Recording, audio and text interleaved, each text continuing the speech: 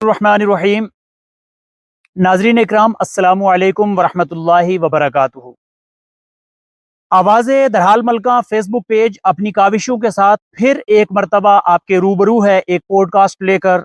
मुआशरे में चल रही खराबियों और बेबुनियाद बीमारियां जो नौजवानों में बिलखुसूस नौनिहालों में इस तरह से फैल रही हैं कि वो कैंसर से बढ़कर काम कर रही हैं। और यही नहीं, वो ऐसी बीमारियां हैं जिनके चलते माँ बाप को पता नहीं होता, वालिदैन को और ख़ानदान वालों को पता नहीं होता, और देखते ही देखते वो नौनिहाल हम खो देते हैं और अपने इन्हीं हाथों से दफना कर वापस आके रोने के अलावा हमारे पास कोई रास्ता नहीं होता। हालात आज ये हो गए कि हमें ये प्रोग्राम पेश करने के लिए आनन फानन हमारे साथ चंद मेहमान, हमारे साथ बहुत मशहूर ज़माना और इलाके की मशहूर शख्सियात अल्हम्दुलिल्लाह मौजूद हैं। उनके साथ हम गुफ्तगू करेंगे इस उम्मीद के साथ कि आप इस पॉडकास्ट को आज अव्वल ता आखिर मुलाहिजा फरमाएंगे और अपने दोस्तों तक नशर करना नहीं भूलेंगे। कहीं ना कहीं अगर आपके इन इकदामात से कोई एक शख्स भी अगर इससे रुक गया और मुआशरे में अच्छाई पैदा हो गई, तो आप भी उसके लिए बहुत ज़्यादा जिम्मेदार बन जाते हैं, सवाब की खातिर भी और मुआशरे को सीधा करने की खातिर भी। मैं तमहीद ज़्यादा ना बांधते हुए अपने मेहमानों का तारुफ आपके साथ कराऊंगा। हमारे साथ आज के जो ख़ास मेहमान हैं, मैंने आपसे वादा किया था मैं नए मेहमान, नई जगह और नया टॉपिक लेकर आपके सामने फिर दोबारा हाजिर होने की कोशिश करूंगा। वो मशहूर चेहरे हमारे साथ, पहले नंबर पर ताहिर मुस्तफ़ा मलिक, जो कि तालीमी शोबा के जियोग्राफी फार्मल सेक्रेटरी हैं और AMU से हैं। माशाल्लाह वो हमारे साथ मौजूद हैं। ताहिर सर, अस्सलाम वालेकुम रहमतुल्लाहि वबरकातुहू। वालेकुम सलाम। बहुत शुक्रिया आवाज़ दरहाल मलका के इस पेज का कि जिसने आज हमें ये मौका अता किया कि आज हम अपनी वादी के लिए, अपने नौजवानों के लिए और जो ज़माने की इस वक्त ज़रूरत है, उन बातों पे हम चंद लम्हात लब कुशाई कर सकें। इसके लिए आवाज़ दरहाल मलका पेज का और आपका हम बहुत बहुत शुक्रिया अदा करते हैं। हमारी पूरी टीम आपका वेलकम करती है, आपको खुशामदीद करते हैं। शुक्रिया। नाजरीन इकराम, दूसरे बहुत खास और खास मेहमान हमारे इलाके की पहचान है। आप अक्सरियत में उनको जानते हैं और उनके काम और उनके कारनामों को भी जानते हैं। बहुत मशहूर चेहरा है मेरे साथ मोहतरम डॉक्टर सलीमुर रहमान गनई साहब, जो BHMS और प्लस MD हैं और हाल में वो PhD पर काम कर रहे हैं। अल्हम्दुलिल्लाह, हमारे लिए फख्र की बात है। हमारे साथ मौजूद हैं डॉक्टर सलीम साहब। अस्सलाम वालेकुम रहमतुल्लाहि वबरकातुहू। वालेकुम अस्सलाम वरहमतुल्लाहि वबरकातुहू। बहुत बहुत शुक्रिया कारी निशाद नूरी साहब। आपका काम वैसे ही अजीम शान है, बहुत बड़ा काम है आपका। जो आप खिदमत खल्क करते हैं, ये अल्लाह के नज़दीक बहुत बड़ा काम है। बाकी आपने हमें बात रखने का मौका दिया। आपके पेज के ज़रिए से, माध्यम से हम उन लोगों तक अपनी बात पहुंचाएंगे जो इससे इंस्पायर होके अपने इलाकों को सुधार में ला सकते हैं और अच्छा काम कर सकते हैं। माशाल्लाह, थैंक यू डॉक्टर साहब। आवाज़ दरहाल मलका पूरी फेसबुक टीम, हमारे कैमरामैन, हमारी सारी टीम आपका, आप दोनों मेहमानों का खुश आमदेद करते हैं अपने पेज पर। हम तमहीद को लंबा ना करें, लोगों तक हम वो चीज़ें पहुँचाएं जो उनके लिए नफ़ा बख्श हो, फ़ायदेमंद हो। और क्योंकि तमहीद में अगर हम वक्त ज़ाया करेंगे तो कहीं ना कहीं लोगों को वो गिरा गुजरता है और पेज को पलट देते हैं। मैं चाहता हूँ अगर आप दोनों हजरात की इजाज़त हो तो मैं कुछ सवालात आपसे करूँ, जिससे हमारे आवाम के अंदर एक बेहतरीन मैसेज आए और लोग पर अमल करने की कोशिश करें। जी बिल्कुल। मोहतरम डॉक्टर साहब, सबसे पहले आपको ये सवाल मैं एक पूछना चाहता हूँ। ये आवाम का सवाल है, आवाज़ दरहाल मलका के साथ ये दरहाल की आवाम और पूरे इलाके की आवाम का ये सवाल है। मनीशियात, नशा और ड्रग्स, ये क्या चीजें होती हैं और ये इंसानी जिस्म पर क्या असर रखती हैं? जी, ड्रग्स जो है ये ऐसे सब्सटेंसेस को कहा जाता है जो सीधा हमारी बॉडी या हमारे जहन पे असर करती है। ठीक। और जब ये हमारी जहन पे या हमारी बॉडी पे असर करती हैं तो उसके काफी तासुरात सामने आते हैं। जी जी। और कुछ ड्रग्स हमारे मेडिकल पर्पस के लिए इस्तेमाल होते हैं जो लीगल भी हैं, जैसे कि पेन रिलीफ के लिए, इलनेस ट्रीटमेंट के लिए। लेकिन कुछ ड्रग्स जो हैं वो इलीगल हैं, जो गवर्नमेंट ने बैन किए हुए हैं। अगर वो हम डॉक्टर के बिना प्रिस्क्राइब किए हुए हम लेंगे तो हम बहुत ज्यादा नुकसान उठाएंगे। और इसमें जो इसकी टाइप्स हैं ड्रग की वो काफी ज्यादा हैं, लेकिन मैं चंद टाइप्स आपके पास रखना चाहूंगा। इसमें सबसे टॉप पे आती है कोकीन, ठीक है, फिर आती है हीरोइन, फिर उसके बाद MDM भी है, और भी ज्यादा है। लेकिन जो मशहूर, जो ज्यादातर जो वबा जिसकी चली हुई है, जो ज्यादातर नौजवान इसमें मुब्तला है, वो कोकीन और हीरोइन। ठीक है, ठीक है। अल्लाह हमारे लोगों की हिफाजत फरमाए इन चीजों से। मोहतरम ताहिर मुस्तफा साहब, हमारे मुआशरे में नौजवान मनशियात की तरफ क्यों फिर माइल हो रहे हैं? जबकि डॉक्टर साहब ने भी बताया कि ये चीजें बड़ी नुकसानदेह हैं, सारी चीजें। आगे मैं क्वेश्चन करूंगा इसके रिलेटेड, लेकिन नौजवान इसकी तरफ माइल क्यों है? क्या कमी रह गई कि नौजवान तालीम को छोड़कर, कारोबार, बिजनेस, तिजारत को छोड़कर और अपनी फिटनेस को छोड़कर इसकी तरफ माइल क्यों हो रहे हैं? कोई खास वजह इसकी आपकी नजरों में? नौशाद नूरी जी, ये बहुत एक बेहतरीन सवाल है आपका। मैं इस पे बात करना चाहूँगा कि आज हमारा नौजवान जो है वो वादी दरहाल ही नहीं बल्कि जम्मू कश्मीर में जी क्यों मनशियात में मुब्तला है। सबसे बड़ा और अहम रीज़न जो है उसमें जम्मू कश्मीर के अंदर और हमारी बिलखसूस वादी के अंदर अनएम्प्लॉयमेंट जो है कि हमारे बहुत सारे नौजवान जो 12वीं तक तो तालीम हासिल करते हैं और ग्रेजुएशन का जो उनका टाइम पीरियड होता है और उस वक्त वो रोजगार की तलाश में, तालीम के साथ तलाश में निकलते हैं कि रोजगार मिल जाए। लेकिन जब बच्चे को रोजगार नहीं मिलता तो वो बहुत सारे स्ट्रेस से, एंजाइटी से वो परेशान हो रहा होता है और उसके चलते वो मनशियात की तरफ जो है वो उसका रास्ता इख्तियार करता है। साथ ही साथ में कि बच्चे जब 12वीं क्लास के अंदर हों या 10वीं क्लास के अंदर हों, आप यूं मान लें कि 17 साल का 18 साल का बच्चा कि उनको जरूरत है कैरियर काउंसलिंग की, गाइडेंस की जरूरत है, उनके लिए स्पोर्ट्स की जरूरत है, स्पोर्ट एक्टिविटीज की जरूरत है कि जहां पे बच्चों को सोसाइटी पुशअप करे कि उनको उन चीजों में इन्वॉल्व किया जाए। और ये एक माशरे के अंदर बहुत बड़ी कमी है। अगर आप न्यूज में देखेंगे या पेपर्स में देखेंगे, हालांकि ये सारी चीजें होती हैं, ठीक है, लेकिन सही मानों में, रियलिटी में ये सारी चीजें कहीं पे एग्जिस्ट नहीं करती हैं। और यही एक बड़ा रीजन है कि जिसकी वजह से हमारे नौजवान तालीम को छोड़ करके, खेल कूद को छोड़ करके तो वो नशियात की तरफ लगातार जो है वो बढ़ते जा रहे हैं। मतलब खुलासा आपके जवाब का ये था कि अगर जिन चीजों की उस वक्त में जरूरत है अगर वो नहीं मिलेंगी तो हाल यही होगा। बिल्कुल बिल्कुल बिल्कुल, हाँ, कि जब उनको सही वे नहीं मिल रहा है, राइट डायरेक्शन नहीं है उनके पास, राइट ऑप्शन नहीं है, तो वो ऑटोमेटिकली डाइवर्ट हो रहे हैं मनशियात की तरफ। बिल्कुल डॉक्टर साहब, बहुत खूबसूरत जवाब दिया साहब ने। मैं आपसे इसी के मुतालिक एक और क्वेश्चन दे दूं आपको। मैं समझता हूं कि जरूरी है हमारी आवाम के सामने ये उजागर हो जाए जी। मनशियात, जैसा आपने अक़साम तो कुछ चीजें बता दी हैं कि कौन कौन सी हैं, लेकिन कसरत से इस्तेमाल होने वाली चीज कौन सी गिनवाई थी आपने, उसको दोहरा दे जरा। देखिए, इसमें दो चीजें जो हैं मैं आपको नाम लेना चाहूंगा, एक कोकीन है, एक हेरोइन। ठीक है। और इन दोनों को मैं अच्छे से इलेबोरेट करूं, इसको मैं बता दूं कि ये क्या होते हैं और इसके नुकसानियात क्या हैं, हमें फिर हमसे बचेंगे कैसे। सबसे पहले जो हमारा कोकीन है, ये जब कोई जो लोग ये लेते हैं, जब इसका जो नशा करते हैं, तो ये हमारा सीधा कारी साहब दिमाग और हमारे नर्वस सिस्टम पे इसका अटैक होता है। और उससे होता यह है कि हमारा नर्वस सिस्टम बहुत ज्यादा एक्टिव हो जाता है। जब वो एक्टिव होता है, लेकिन होता ये सिर्फ टेम्परेरी टाइम के लिए, कुछ वक्त के लिए होता है। और जब ये एक्टिव होता है तो उससे ये होता है कि आप अपने आप को बहुत ज्यादा एक्टिव महसूस करोगे, बूस्ट अप महसूस करोगे, बहुत ज्यादा खुशी फील करोगे। जब ये हुआ होता ठीक है। लेकिन जब इसका नशा उतरता है तो इसके इतने नुकसानात वो ये होते हैं कि दिल की धड़कन तेज हो जाती है और आपको बहुत ज्यादा गुस्सा, टेंशन, एंजाइटी आपकी बढ़ जाती है। और दोबारा से क्या होता है इंसान को कि दोबारा से जहन उसी फील को, उसी चीज को दोबारा पाने की लत लगती है, इससे इंसान एडिक्टेड हो जाता है। दूसरा जो कारी साहब आपने बताया जो हेरोइन है, पहले मैं आपको इसका बता दूं कि जो कोकीन के बारे में कहा आपने, पूछा आपने, तो कोकीन जो है असल में ये कोका प्लांट है जिसकी पत्तियों से ये बनती है। और ये जो कोका प्लांट है ये साउथ अमेरिका में ये प्लांट उगता है, ठीक है। और एक स्टिमुलेटिंग ड्रग्स है ये। उसके बाद दूसरा जो मैं आपको बताऊं, जो अवाम हमारी जितने भी यंग यूथ जितनी भी हमारी इसमें मुब्तला है, वो हेरोइन। हेरोइन एक ऐसा पावरफुल, एक ऐसा डेंजरस नशा और ड्रग है जो हमें, जब इस इंसान इसको ये चीज लेता है तो वो लेजीनेस फील करता है, सुस्ती फील करता है, नींद का गलबा उसमें ये चीज रहती है। और उसमें ये होता है कि उसके बाद जब ये फॉर द टाइम के लिए ये भी होता है, जब वो इसको छोड़ता है उसके बाद ये होता है कि उसको कॉन्स्टिपेशन, वॉमिटिंग और उसके बाद टेंशन, ये चीजें उसमें ज्यादा आ जाती है। नाज़रीन, बहुत बेहतरीन अंदाज में डॉक्टर साहब ने एक्सप्लेन किया है ये मनशियात का, और खासकर ये जो दो चीजें हेरोइन और कोकीन का बताया, आपको बखूबी समझ गए होंगे। मैं चाहता हूं कि इस जवाब के बाद वालिदैन को और मुआशरे में बड़े भाइयों को और असातिज़ा को, अपने तलबा पर और आपके अंडर जो लोग काम करते हैं, इन तमाम के ऊपर नजर रखनी चाहिए कि इस तरह की अगर कमजोरियां उसमें पाई जाती हैं तो डॉक्टर साहब मैं समझता हूँ कि कहीं ना कहीं वो इन चीज़ों में इन्वॉल्व हैं और वो शामिल हैं इसमें, इसलिए आप उनके ऊपर कड़ी निगरानी रखें। ताहिर साहब, दूसरा क्वेश्चन मैं आपसे ये रखूंगा कि आपको लगता है कि मनशियात नौजवानों की जिंदगियों को तबाह कर रही है? कारी साहब, ये बहुत ही, मैं इसे भी कहूंगा कि बेहतरीन सवाल है।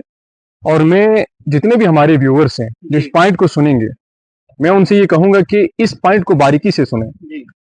आज जम्मू कश्मीर, पहले हम ये हिंदुस्तान की अगर बात करें तो जिसमें पंजाब, हरियाणा जो था, उसमें मनशियात की जद में जितनी भी नौजवान नस्ल थी ठीक है। वो थी। लेकिन आज ये वो जम्मू कश्मीर के जिसको क्राउन ऑफ हिंदुस्तान कहा जाता है, क्राउन ऑफ इंडिया कहा जाता है। बिल्कुल बिल्कुल। तो आज अगर हम हिंदुस्तान की बात करें तो हमें बुलेट की जरूरत नहीं कि हमें कोई बुलेट से मारेगा, ठीक। हमें बम की भी जरूरत नहीं कि कोई बम से हमें मारेगा या हमें खत्म कर सकता है। ठीक है। लेकिन ये एक ऐसा बुलेट है, मनशियात, ये एक ऐसा सब्सटेंस है कि जो नौजवान एक बार इसको कंज्यूम करेगा उसकी ऐसी एडिक्शन है कि नौजवान कभी उसे छोड़ नहीं सकता। और जिसने इसको कंज्यूम किया उसकी जो अटेंशन, जो पॉजिटिव उसकी एनर्जी थी वो सारी डाइवर्ट होगी नेगेटिविटी की तरफ। तो डे बाय डे वो इन्हीं चीजों के अंदर और ज्यादा इंडल्ज होता है, और जिसकी वजह से वो जितनी उसकी पोटेंशियल है, जितना उसके अंदर, उस पोटेंशियल को वो सही जगह पे इस्तेमाल नहीं करता और उन सारी बैड एक्टिविटीज के अंदर इन्वॉल्व हो जाता है, जहां से उसे ये लगता है कि अपने हैप्पीनेस के लिए, अपने प्लेजर के लिए, इंजॉय के लिए for short period of time वो जिन चीजों को इस्तेमाल करता है वही चीजें उसको डे बाय डे एक एक दिन उसकी जिंदगी का निकलता है, उसे लगता है कि नहीं ये सारी चीजें for the short period of time है। लेकिन उसकी जिंदगी में ऐसा असर होता है कि पता ही नहीं चलता। तो वो अपने आप को ही नहीं बल्कि पूरी फैमिली को, पूरे फ्रेंड सर्कल को लेकर के, पूरे सोसाइटी को लेकर के, तो वो डार्कनेस में चला जाता है। डॉक्टर साहब, इसी में एक सवाल और खड़ा हो गया, जबकि हमारे पास ये ऐसा क्या है, यानी बहुत सारे हमने देखा स्मोकर कोशिश करते हैं, ये धूम्रपान वगैरह छोड़ देते हैं, सिगरेट पीना छोड़ देते हैं। हमने बहुत सारे शराबी ऐसे सुने जो किसी वक्त में अलायाजुबिल्लाह शराबी थे और आज वो फर्स्ट क्लास में बेहतरीन है। लेकिन कहीं ना कहीं मुआशरे में आप जैसे पढ़े लिखे लोगों से हमने ये सुना है कि ये एक ऐसी वबा है कि जिसकी शुरुआत होने के बाद बस अल्लाह का करम ही हो तो वो बंदा छोड़ सके, अदरवाइज उसके जिस्म में ऐसी कौन सी चीजें पैदा हो जाती हैं जो मरते दम तक यानी उसको वो छोड़ नहीं सकता और वो उसको चाहिए। और मैं माजूद चाहूंगा, क्वेश्चन लंबा हो गया, आपने नाज़रीन से भी, आपसे भी, कहीं ना कहीं हमने ये देखा है कि कुछ तो ऐसे एडिक्ट हैं, आदी हो चुके हैं कि उनको वालिदैन रोजाना का पे कर रहे हैं कि इतना पैसा आप लीजिए, सही है। वो बेचारे फिर मरने का इंतजार कर रहे हैं या फिर वो मजबूर है कि ये क्या कर लेगा तो वो इतना पैसे दे रहे हैं। ऐसे कौन से जरासीम जिस्म में पैदा हो जाते हैं? देखिए कार साहब, पहली मैं 3 चीजें आपको बताना चाहूंगा।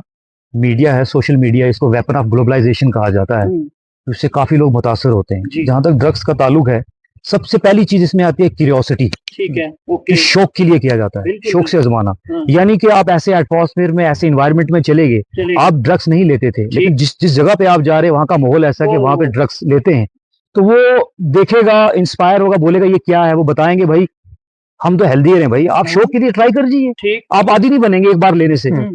ऐसा एक उनको एक टॉनिक दिया जाता है, ओरली वर्बली एक टॉनिक दिया जाए भाई आप तो आदी नहीं बनेंगे। क्यूरियोसिटी के लिए जब वो शौक के लिए वो इसको इनहेल करता है, लेता है, तो भाई फिर आपने जैसे कहा कि इसको छोड़ता क्यों नहीं, ना छोड़ने की वजह ये होती है, जैसे मैंने आपको पहले ये बताया, जब ड्रग्स ले लेता है तो माइंड उस फील को, उस चीज को दोबारा पाने के लिए फिर उसी तरह माइल होगा कि मुझे वही फील। हाँ, वो जो दूसरी चीज जो मैं आपको बताऊं वो होता है पीर प्रेशर। पीर प्रेशर कहा जाता है कि जो हमारे ग्रुप्स का, हमारे फ्रेंड्स का प्रेशर होता है, भाई हम ले रहे हैं आप क्यों नहीं ले रहे हो, क्या हो जाता है, ले लो, कुछ नहीं होता। हाँ, ये। और तीसरा जो सबसे बड़ी चीज मैं आपको बताऊं वो होता है एनवायरमेंट, एटमॉस्फेयर। एक बच्चे के लिए, कारी साहब, एक बच्चे के लिए 3 माहौल जो होते हैं वो ज्यादा इफेक्टिव होते हैं। एक घर का माहौल, एक मोहल्ले का माहौल और एक स्कूल का माहौल। ये तीनों माहौल बच्चे पे बहुत मुतासिर करते हैं, उसके फ्यूचर को डिपेंड करते हैं कि वो बच्चा किस तरीके से आगे अपनी लाइफ को बिताएगा। तो इन चीजों को मद्देनजर रखते हुए बच्चा जब क्या करता है कि ऐसे एटमॉस्फेयर में चला जाता है, वो क्यूरियोसिटी की वजह से या पीर प्रेशर की वजह से जब वो इसको लेना शुरू करता है तो वो इसकी लत लग जाती है, वो एडिक्टेड हो जाता है, इसको छोड़ नहीं पाता, क्योंकि उसका माइंड सेटअप जो होता है ना, वो बार बार उस चीज के लिए उसको प्रेशर करता है कि मुझे वो फील चाहिए, वो चीज चाहिए, इसलिए उसी लत में वो डूबा रहता है। ठीक, नाज़रीन बहुत बखूबी समझ गए होंगे। ताहिर सर, अगली चीज मैं आपको जो पूछने की कोशिश कर रहा हूँ वो भी एक बहुत जरूरी सवाल है। क्वेश्चन तो सारे बहुत जरूरी है, मेरे पास बड़ी लंबी फहरिस्त है। नाज़रीन अजान का इंतजार कर लेते हैं, एक मिनट को। बिस्मिल्लाहिर्रहमानिर्रहीम। अजान के मुंतज़िर थे हम, अल्हम्दुलिल्लाह अजान मुकम्मल हो चुकी और फिर से हम वापस शुरू हैं। ताहिर सर, वक्त को बचाते हुए आपके इल्म में कभी आया कि कितने नौजवान अब तक मनशियात, इन ड्रग्स की वजह से अपनी जानें गंवा चुके हैं? जी, इसमें मैं बात करना चाहूंगा कि as per the source Wikipedia के सोशल जस्टिस और एक स्टैंडिंग कमेटी है, उसके मुताबिक हम पहले परसेंटेज की मैं आपको बात बताता चलूं। जम्मू एंड कश्मीर के अंदर जो 10 साल से लेकर के 17 साल तक के नौजवान हैं, 1,68,700 जो नौजवान जो ड्रग्स ले रहे हैं। और ये 2023 की रिपोर्ट बता रहा हूं जो विकिपीडिया पे मौजूद है, उसमें 8% जो हमारे जम्मू एंड कश्मीर का पॉपुलेशन है 8% यूथ जो है वो ड्रग्स में इन्वॉल्व है। ये आंकड़ा कहाँ, खाली इंडिया का लिया? ये जम्मू एंड कश्मीर का मैं बात बता रहा हूँ, जम्मू एंड कश्मीर का, कि अगर आप विकिपीडिया पे सर्च करेंगे तो 8% जो यूथ है जम्मू एंड कश्मीर का जो इन्वॉल्व है ड्रग्स के अंदर, ठीक है। और जो ड्रग्स कंटिन्यूसली ले रहा है, सम टाइम ले रहा है छोड़ रहा है, ले रहा है छोड़ रहा है, उसमें 13 लाख जो है उससे अबव जो है वो एडिक्टेड है हमारे यूथ, और उनकी एज वो 10 से लेकर के 65 ईयर तक, इंक्लूडिंग उसमें नौजवान भी हैं और बुजुर्ग भी हैं जो शिकार हैं। और वहीं अगर हम दूसरी तरफ बात करें कि हमारे एरिया में, हमारे इलाके में या जिला के अंदर कितने लोग, कितने नौजवान जो हैं वो लुकमा अजल हो गए ड्यू टू द ड्रग्स की एडिक्शन की वजह से। और इसमें भी कम पेश अगर हम अपनी दरहाल वादी की बात करें तो जिसमें 5 नौजवान हमारे जो इस दुनिया को छोड़कर चले गए, रीजन ड्रग्स। डिस्ट्रिक्ट राजौरी की बात करें, लगभग 15 से 20 नौजवान जो हैं मैन मार्केट से वो ड्रग्स के एडिक्शन करने की वजह से डेड हो गए। और ये अक्सर वो है जो बिल्कुल जाहिर आ गए हैं, जो पोशीदा है, जिनका पता ही नहीं है कि माँ बाप ने अपनी इज्जत बचाने के लिए उनको पोशीदा रखा है। और ये एक क्वेश्चन मार्क है हमारे सामने कि इस तरह से अगर लगातार मतलब कि ये नंबर इंक्रीज करते रहेंगे फिर कोई घर नहीं बचेगा, तो कोई घर नहीं बचेगा। बहुत बहुत दुख की बात है और बड़ी संजीदगी के साथ आपने इसका जवाब दिया। डॉक्टर साहब, अगला सवाल में ये किन ग्रोहों या अफराद को आप जिम्मेदार समझते हैं? क्या कोई ऐसी चेन है इनके पीछे, या वो लोग हैं जो सिर्फ पैसा कमाने की गर्ज से, नशा आ गया उनको कि हमने पैसा ही कमाना है, वो लोग हैं, या कोई ऐसे हैं जो इंसानियत का कत्ल करने के लिए ये साजिश लेकर निकले हुए हैं? जी डॉक्टर साहब, बहुत अहम और बहुत मकसद का सवाल आपने किया है। इसके मुतालिक से मैं ये आपको बताऊं कि मेरा जो नुक्ता फिक्र इसमें है, मेरा जो ओपिनियन है, मैं इसको जिम्मेवार जो मैं इसमें मानता हूँ वो सोसाइटी को मानता हूँ। ठीक है, बिल्कुल। इसलिए कि जो चीज सोसाइटी को पता होती है वो शायद ही कमो पेश किसी और को पता हो। यानी कि मैं बात कर रहा हूँ जैसे हमारा पुलिस डिपार्टमेंट है, वो भी अपना काम सरंजाम अच्छे से कर रहा है, लेकिन कुछ सोसाइटी पे भी रिस्पॉन्सिबिलिटीज है। हाँ बिल्कुल, सोसाइटी, हाँ, ये सोसाइटी जो है ये जिम्मेवार इसलिए है कि भाई आप इस चीज को हाइड करते हो, छुपाते हो।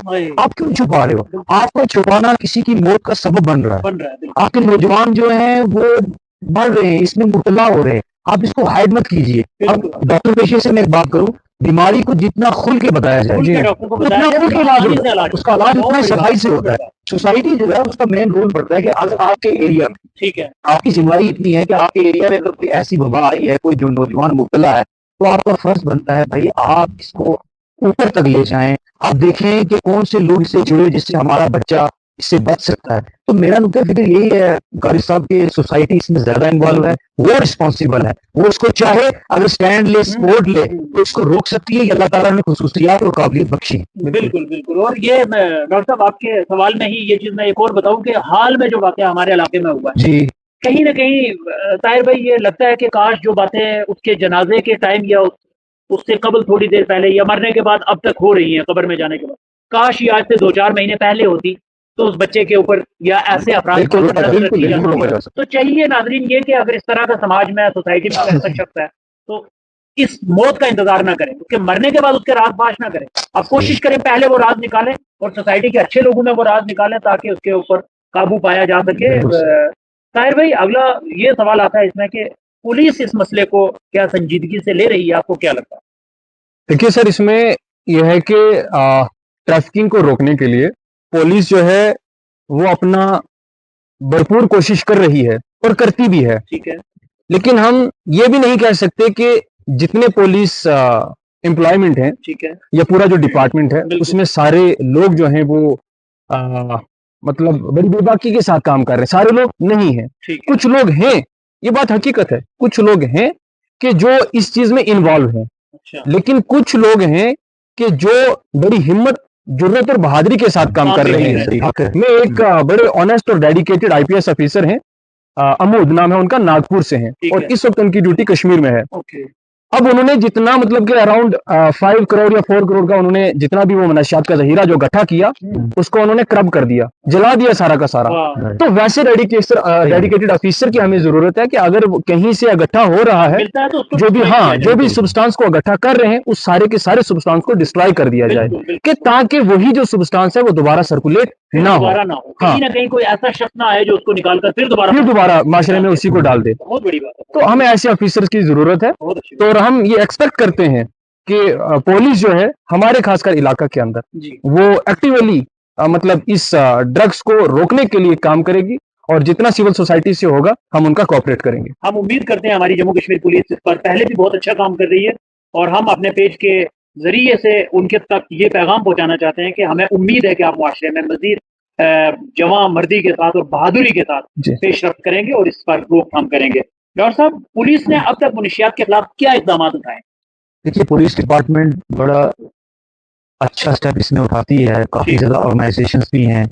पुलिस इसमें सोसाइटी को भी जो लैक अवेयरनेस की वजह से लोगों को मालूमात नहीं है, उसमें पुलिस का काफ़ी अच्छा रुझान है और पुलिस डिपार्टमेंट मतलब लोगों को बता रही है कि आप अवेयरनेस कैंप लगाइए, आप जो है वर्कशॉप अवेयरनेस कैंप लगाइए, आप पैम्फलेट्स की मदद से हेल्प की मदद से वो कर सकते हैं। तो पुलिस डिपार्टमेंट के ऐसे काफ़ी सारे काम हैं जो सिविल सोसाइटी के लिए हैं, लेकिन कार साहब उसमें एक बुनियादी बात यह है, उसमें सोसाइटी को भी ताउन देना होगा। बिल्कुल, यानी दो आप जो है वो कहते हैं मुहावरा के ताली जो है वो दोनों हाथों से बजती है।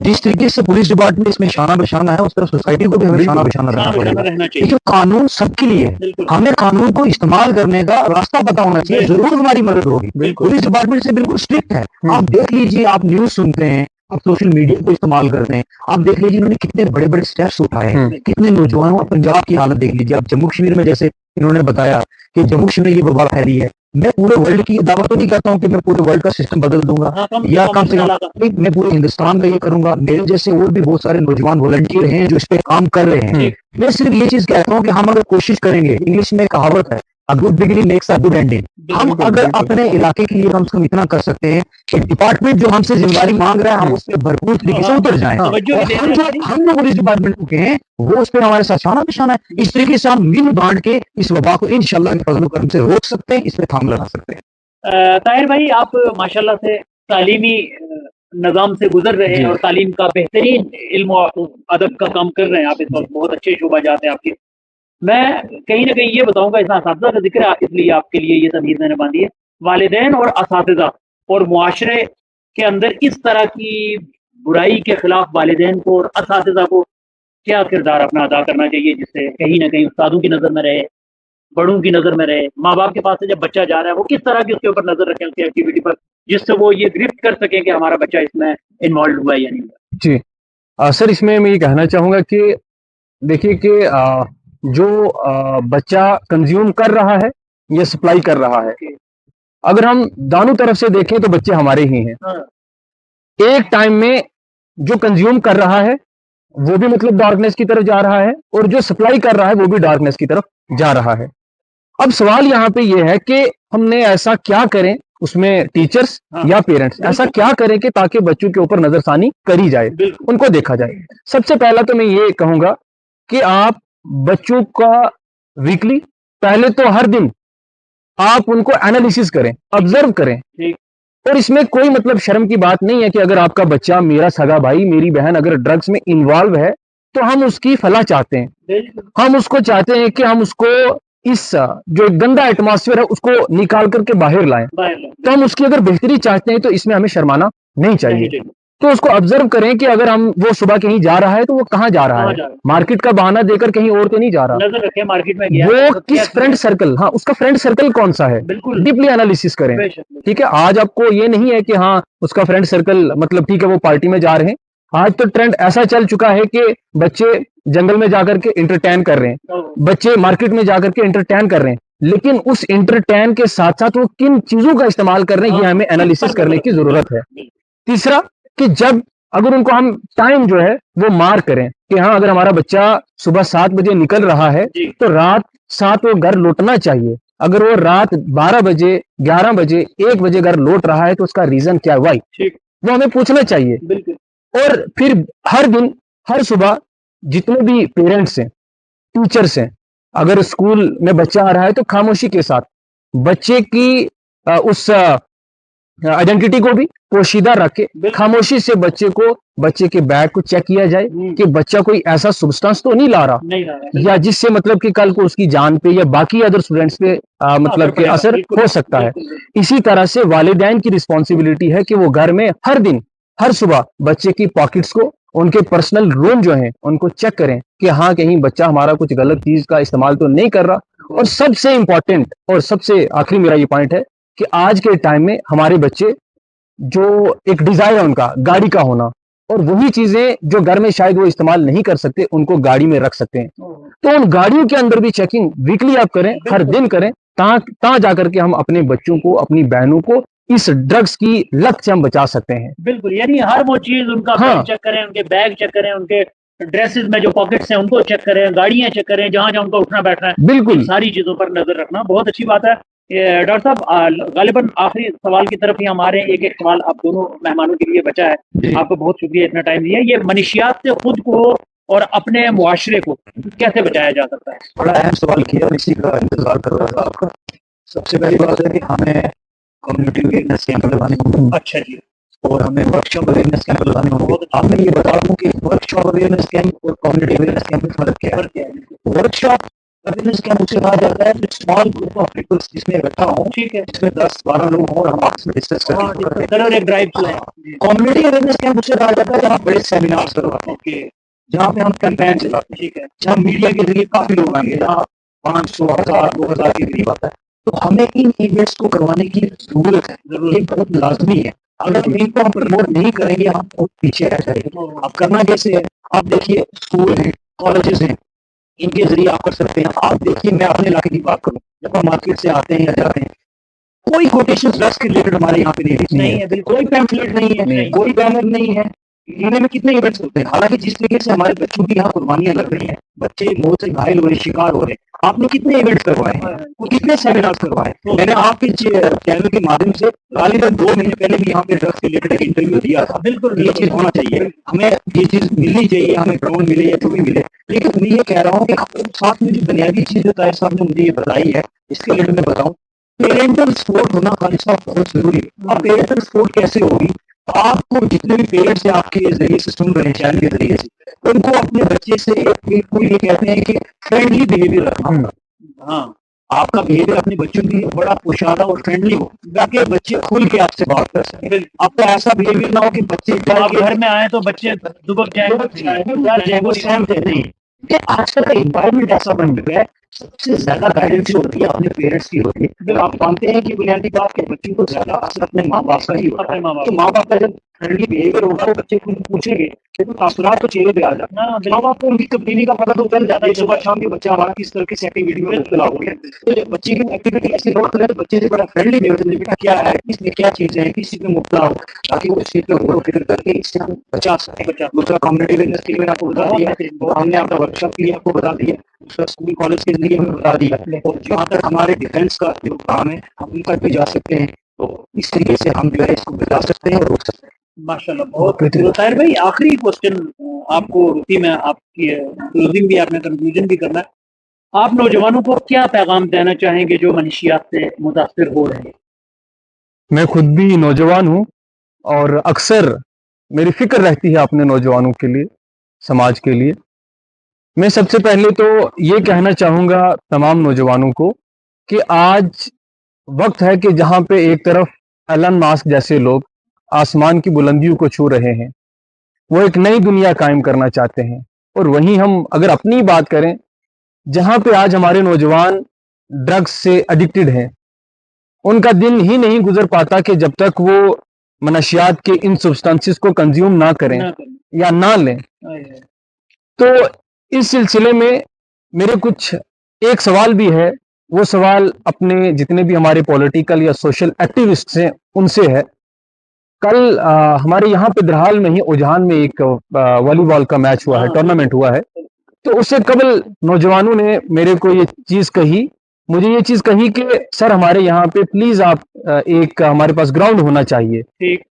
तो जो लैक है हमारे पास वो ग्राउंड की है, जो लैक है वो हमारे पास रिसोर्सेज की है या फंड्स की है। ठीक। तो जब हमारे पास जितने भी नौजवान हैं उनमें बहुत ज्यादा पोटेंशियल है, वो कैपेबल है कि वो यहीं का नौजवान हमारी दरहाल का वो इंडिया को इंटरनेशनल लेवल पे, बैन अल-अक़वामी सतह पे रिप्रेजेंट कर सकता है। लेकिन हमारे पास उन नौजवानों को आगे धकेलने के लिए एक प्रॉपर चैनलाइज हम जिसे कहेंगे कि पाथ नहीं है। कि जहां पे हम उनको पुशअप कर सकें आगे की तरफ। और उसके ऊपर वो जी, रवा है। तो जितने भी हमारे नौजवान हैं वो खुद पहले से ही कोशिश कर रहे हैं हर एक फील्ड में। आप देखें डिफेंस में वो जा रहे हैं, वो देखें कि जितनी भी हमारी गेम्स हैं, स्पोर्ट्स एक्टिविटीज हैं, उनमें वो अपने आप को खुद से ही इन्वॉल्व कर रहे हैं। और कहीं ना कहीं आप देखें कि हमारे अभी कितने सारे राजौरी के अंदर या कश्मीर के अंदर टूर्नामेंट हुए, हमारे लड़के यहां से वहां तक खेलने जाते हैं। तो हमें चाहिए कि हमारे जितने भी नौजवान हैं वो अपने आप को ज्यादा से ज्यादा स्पोर्ट्स एक्टिविटीज के अंदर, और आज सबसे बड़ा अगर हथियार कोई है तो वो तालीम है, तो उसमें ज्यादा से ज्यादा टाइम अपना लाइब्रेरीज के अंदर, ज्यादा से ज्यादा टाइम जो है, जब इंसान को कहते हैं कि कहीं पे दिल नहीं लगता है तो उसको अपना रूह जो है वो मस्जिद की तरफ रुजू करना चाहिए। तो जब आपका मन कहीं पे नहीं लगता तो मैं नौजवानों से यही एक मतलब मेरा पैगाम है कि वो मस्जिदों की तरफ रुख करें। मस्जिद में मोमिन ऐसे आराम और सुकून पाता है कि जैसे एक मछली जो है वो पानी में आराम और इत्मीनान सुकून पाती है। तो आप मस्जिद का रुख करें जहां पे आपको इत्मीनान मिलेगा, सुकून मिलेगा, और हमारी जिंदगियों से ये जो वबा है उससे हम छुटकारा पा सकेंगे। ताहिर भाई, कुरान मजीद फुरकान हमीद में भी अल्लाह ने इरशाद फरमाया, औज़ु बिल्लाहि मिनश शैतानिर रजीम, अला बिज़िक्रिल्लाहि तत्मइन्नुल कुलूब, यानी अपने दिलों को अगर तुम सुकून देना चाहते हो तो अल्लाह का जिक्र करो और उसी से ही सुकून मिलेगा। बड़ी खूबसूरत बात आपने फरमाई है, और इसी अंदाज से वाकई हम अपने नौजवानों को यही पैगाम एक दे सकते हैं। बिल्कुल बिल्कुल। और जितने भी पॉलिटिकल लीडर्स हैं खासकर मैं उनसे इस चैनल की वसादत से और आपके जो आज आपने अपॉर्चुनिटी फराहम करी है हमें, मैं आपसे ये बात कहना चाहूंगा कि एक बड़े मास लेवल पे हमें गेट टुगेदर होकर के हमारे जितने नौजवान हैं, अगर हम रियली में उनकी पेरेंटल बॉडी है, सिविल सोसाइटी है, या जितने भी बाकी नौजवान हैं, इसमें हमारा ट्रेडर्स जितने भी हैं, अगर उनका कंट्रीब्यूशन होता है, नौजवानों का कंट्रीब्यूशन होता है, तो हम मिलजुल करके एक बेहतरीन स्पोर्ट्स छोटा सा ग्राउंड हो जिसमें चाहे बैडमिंटन और हमारा वॉलीबॉल ही हो, एक ऐसा कोर्ट तैयार करें, आराम से हो जाता है। तो अगर हम अपने नौजवानों की फलाह चाहते हैं तो हम लोगों को मिलजुल करके, तो अगर हम एक एक 100 रुपया ही शुरू करेंगे तो इंशाल्लाह हम 1 साल के अंदर एक बेहतरीन कोर्ट जो है अपने नौजवानों को दे सकेंगे, और जिससे वो इस वबा से छुटकारा हासिल कर सकते हैं और अपने आप को फिट भी रखें। बिल्कुल बिल्कुल सर। इसी तरह से मैं आपको ये सवाल में सवाल आ गया, कोई एक ऐसा तरीका बताएं, हमने देखा जहां पर इज्तिमाई तौर पर लोग एहतजाज करते हुए और जोर और जबरदस्ती और नारा और ये और वो करते हुए जाते हैं, पहुंचते हैं, और वहां पर जरा सी कोई बात होती है तो कोई अपने मुंह से बात करने के लिए राजी नहीं है, सच्चाई बयान करने के लिए, बस कोई बोले उसको देखकर उसका साथ देने की कोशिश तक नहीं की जाती। कोई ऐसा एक कोई वो दवा ही दे दीजिए, मैं ये कहूँगा एक डोज दे दीजिए जिससे हमारे अंदर ये हिम्मत रहे कि हम हक को हक और बातिल को बातिल कहने की सलाहियत और कुव्वत रखते हैं। जब एक आवाज उठे तो सब लोग एक होकर उसके लिए सामने आ जाए। बड़ा जरूरी है ये, कोई ऐसी दवा दे दे आप। आपने जो सवाल किया इसके मुताबिक सबसे पहले मैं इसका जवाब हदीस से देना चाहूँगा। हज़रत सल्लल्लाहु ने इरशाद फरमाया कि उम्मत एक जिस्म की माने जी, अगर एक हिस्सा जिस्म का दर्द करता है तो पूरी बॉडी जो है वो दर्द करती है। बिल्कुल इसमें तो कोई दोहराए वाली बात ही नहीं है। ये जितनी भी उम्मत है ये पूरी एक जिस्म की माने। जी, आज अगर वो नौजवान दुनिया से गया तो हमारी पूरी जिस्म को दर्द, पूरी उम्मत को दर्द होना चाहिए। इसमें अगर आपको या वो लोग जो को बूस्ट कर रहे हैं, जो चैनल के माध्यम से या ग्राउंड फील्ड में, अगर हम उनको सपोर्ट नहीं करेंगे तो ये हमें सोचे कि बहुत कम न्याय वाली बात है। और इसमें चाहिए कि मैं आपको एक चीज और बता दूं कि ये जरूरी नहीं खाली साहब के जो ड्रग्स बेच रहा है वो ड्रग्स लेता भी। अच्छा, मैं ये सबसे टेक्निकल पॉइंट बता रहा हूँ, ये लास्ट में कंक्लूजन इसका मोरल, ये वो लोग भी सुन रहे हैं जो ड्रग्स ले रहे हैं, क्योंकि ये वीडियो तो सब देखेंगे, ये सब देखेंगे। ये उन नौजवानों के लिए भी है कि ये जरूरी नहीं कि जो ड्रग्स बेच रहा है वो ड्रग्स लेता भी हो। सिर्फ एक छोटी सी बात मैं आपको बताऊंगा, उससे जुड़ी हुई है। एक फिल्म आई थी संजय दत्त की, संजू, ठीक है, उनकी संजय दत्त की पास्ट हिस्ट्री के बारे में वो फिल्म थी। अच्छा जी, उसमें ये था कि संजय दत्त ने उसमें एक कैरेक्टर, एक सीन ये था कि जो शख्स संजय दत्त को ड्रग्स बेचता था वो असल में ड्रग्स खुद लेता नहीं। अच्छा जी, वो क्या करता था कि 2 पैकेट लाता, ठीक, दिखने में जो हीरोइन है वो बिल्कुल व्हाइट पाउडर की तरह लगती है, व्हाइट पाउडर की तरह, जैसे ग्लूकोन डी पाउडर हो गया, ठीक है। वो 2 पैकेट में उसने वो गानी इन लोगों ने फिल्म देखी भी होगी, जिन्होंने नहीं देखी वो दोबारा से सीन को देखी। ये इंस्पायर करता है हमारे यंग यूथ को, कितना बड़ा धोखा है हमारे लिए, बिल्कुल, कितना बड़ा ठग है हमारे लिए। और वो दो पैकेट में लाके, वो दो पैकेट लाकर उसको खुद से लिख रहा था, ये कहता था आप ये लीजिए और ये मैं खाऊं।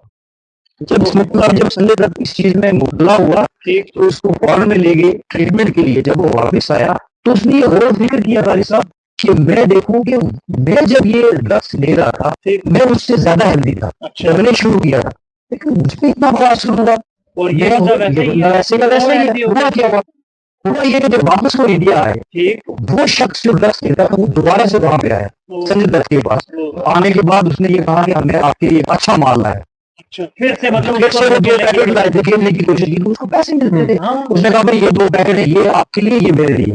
तब संजय दत्त ने गौर और फिक्र किया कि नहीं भाई कुछ ना कुछ तो गड़बड़। उसने कहा जो पैकेट आपने मुझे दिए आप इस्तेमाल करो, जो आप इस्तेमाल करते हो मैं इस्तेमाल करूंगा। जी। और जब संजय दत्त ने इस्तेमाल किया उसमें ग्लूकोन डी निकला, और जब वो किया तो उसमें ड्रग्स था। अब देखिए इससे अब ज्यादा मुझे गहराई में जाने की जरूरत नहीं है। अब देखिए जो लोग इसको बेच रहे हैं, जरूरी वो इस्तेमाल कर रहे हैं, वो आपको एक टॉनिक देंगे कि भाई देखिए हम इस्तेमाल करते हैं, बिल्कुल हेल्दी है, हम जिम भी करते हैं, हमारा हेल्दी लाइफस्टाइल है, हम खा रहे हैं पी रहे हैं, देखिए हमारे चेहरा बॉडी बिल्कुल फिट है, नींद अच्छी आ रही है, आप भी लीजिए। मैं उनका एक सिर्फ टैक्टिक्स होती है सिर्फ ब्रिक्स में लेने के लिए, एक बचने के लिए। हाँ ये हमारा बिजनेस है, ये हमारा इसमें मुब्तला हो जाएगा और हम अपने बिजनेस को एक्सटेंड कर लेंगे। तो वैसे ये है कि आपका बहुत अच्छा काम है। लास्टली मैं ये कहूंगा बहुत बेहतरीन काम कर रहे हैं, अल्लाह ताला मजीद इसमें इजाफा फरमाए। आप हर जरूरियात की जितनी भी चीजें आप उसको बनाते हैं आवाम तक, आवाम की बात को आप ऊपर तक ले जाते हैं। और जिस चीज के लिए आज हम यहाँ जमा हुए हैं, आपके साहब में हुए हैं, ये आपका अल्लाह ताला का शुक्र अदा करते हैं। साथ में हम आपका भी शुक्रिया अदा करते हैं। आपके चैनल के माध्यम से जितने भी लोग सुन रहे हैं, इस चैनल के जरिए, ये वो चैनल है जो खाली एक टॉपिक को लेके नहीं चलता, हर चीज को लेके चलता है, चाहे स्पोर्ट्स हो, चाहे बिल्कुल सोसाइटी का इशू हो, चाहे रेवेन्यू हो, चाहे कोर्ट हो, चाहे स्पोर्ट्स हो, कोई भी चीज हो। तो आप इस चैनल से जुड़े रहिए और इसी तरीके से हम मजीद जितने भी इशूज हैं हम आपके सामने लाते रहेंगे और खालसा से जुड़ते रहेंगे। शुक्रिया, बहुत बहुत शुक्रिया डॉक्टर सलीम साहब, बहुत बहुत शुक्रिया मोहम्मद ताहिर सर, बहुत बहुत शुक्रिया। आप दोनों ने अपना बड़ा कीमती वक्त दिया। नाज़रीन आखिर में मैं ये बताता चलूँ कि ये पॉडकास्ट हमारे लिए बहुत ज़रूरी इसलिए था कि आपने सारे सवालात और जवाबात खुद ही मुलाहिजा फरमाए हैं। आप इस पर देखिए और अपनी राय कायम कीजिए। और बड़ी मुअद्दबाना मेरी रिक्वेस्ट है कि अज़ अव्वल से आखिर ज़रूर देखिए और अपने मुआशरे में इसको शेयर ज़रूर कीजिए। कहीं ना कहीं आप भी इसका हिस्सा बने इस कैंपेन का। और अगर आपका कोई अच्छा कमेंट हमारे पास आता है या कोई आप राय रखना चाहते हैं या इसके रिलेटेड हमें कोई क्वेश्चन करना चाहते हैं, हमारे मेहमानों के साथ कोई क्वेश्चन आप करना चाहते हैं, तो हम फिर दोबारा इन हस्तियों को किसी नए टॉपिक पर लेकर आपके सामने आएंगे और आपके क्वेश्चन को उसके अंदर दोहराने की कोशिश करेंगे।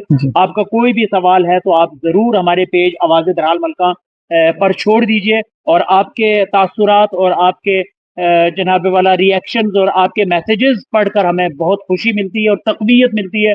और हमारे प्रोग्राम में अगर कोई खामी है तो आप वो भी हमसे इजहार करें।